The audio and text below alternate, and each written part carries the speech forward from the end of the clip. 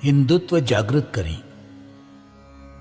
हिंदू समाज हमारा समाज है और हम उसके अंग होने के कारण उनकी उन्नति की जिम्मेदारी हम पर है। कोई भी समाज हवा में नहीं रहता, इसके रहने का स्थान निश्चित होता है।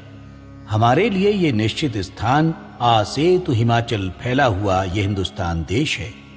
हम तो कहते ही हैं, सबने इसे माना है, अंग्रेजों तक ने इसे स्वीकार किया, किंतु बाद में अपने स्वार्थ के लिए परकीय लोगों ने ये प्रचार किया कि ये एक देश नहीं है। वे कहने लगे कि भारत तो भिन्न भिन्न लोगों का निवास स्थान है। यूरोप के समान यहाँ अनेक देश, राष्ट्र और समाज हैं। उनके कहे को मानकर अपने लोग भी इसमें अभिमान मानने लगे कि अनेक प्रकार की जलवायु, अनेक समाज, अनेक राज्य और राष्ट्रों का समूह ये खंड है। जिस प्रकार अमेरिका में है, उसी तरह हमें भी करना चाहिए, परंतु इससे एकात्मता भंग होती है। उन्हें इसका ज्ञान ही नहीं है। परंतु इसका परिणाम यह हुआ कि हमने स्वयं होकर एकात्मता का भाव खो दिया। अंग्रेज भी यही चाहते थे कि हम आपस में लड़ मरें, जिससे उनका राज्य चिरंजीव हो। उन्होंने कहा, यहां ब्राह्मण, क्षत्रिय, वैश्य, शूद्र व भिन्न भिन्न संप्रदाय के लोग रहते हैं, लेकिन हिंदू कोई नहीं है। उनका ये कहना सही है क्या?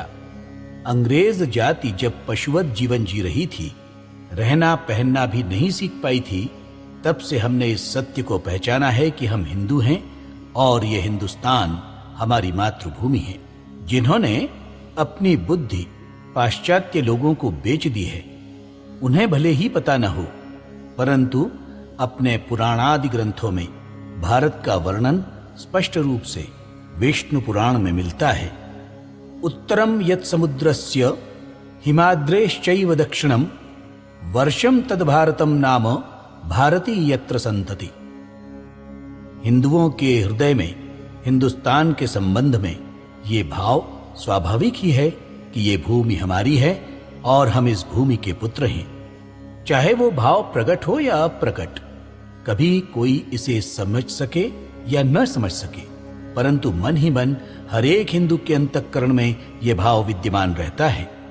यहां जन्म हुआ ये अपघात है, ऐसा कहने वाले हिंदू के मन में भी है, वो उसे स्वीकार करे या न करे।